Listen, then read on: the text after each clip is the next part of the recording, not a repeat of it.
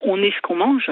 Et on est coupé un petit peu de nos jours de l'idée que ce qu'on mange vient de la nature. Et du coup, moi, en faisant découvrir les plantes sauvages comestibles, j'essaie de recréer ce lien entre les participants qui viennent à nos activités, avec le fait que déjà dans la nature, on peut trouver des choses à manger, et puis des bonnes choses.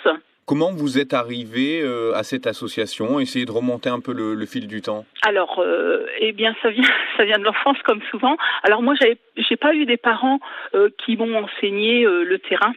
Comme toutes les petites filles, je faisais de la dinette avec les plantes sauvages. Je faisais de la soupe aux orties pour mes poupées, du vin avec les pétales de coquelicot, etc. pour mes poupées.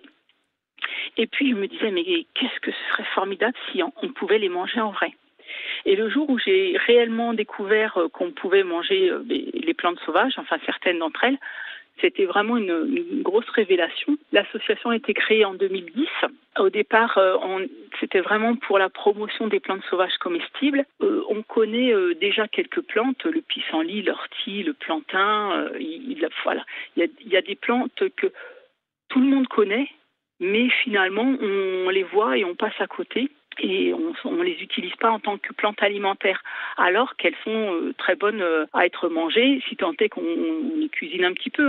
Et puis petit à petit, l'association s'enrichissant de bénévoles qui avaient eux-mêmes leur expérience et des compétences vraiment intéressantes, on a développé tout un tas d'activités de vie en pleine nature, c'est-à-dire comment on peut vivre dans la nature. Il faut faire du bois, il faut savoir purifier de l'eau pour avoir de l'eau potable, donc la cuisine sauvage bien sûr, mais bon voilà, tout ce qui va autour de la vie en pleine nature, l'immersion en pleine nature et la formation plantes sauvages comestibles. Qui se rapproche alors des pratiques survivalistes pour le coup, mais qui n'en a peut-être pas le message politique d'extrême droite parfois qui peut être collé à ce mouvement. Oui, alors le survivalisme, ça porte bien son nom, c'est quand on est en mode survie. On ne porte pas cette dynamique de survie dans le sens où la survie, c'est quand on est en danger, et particulièrement en danger de mort, puisque c'est survie. Nous, on est vraiment sur pas un mode de vie, parce que notre objectif n'est pas de revenir au néolithique, porter des peaux de bêtes, etc. La technologie, je trouve ça très bien, mais il faut aussi garder les pieds sur terre et savoir d'où on vient. Reconnaître nos racines, mais c'est la nature, c'est elle qui nous nourrit.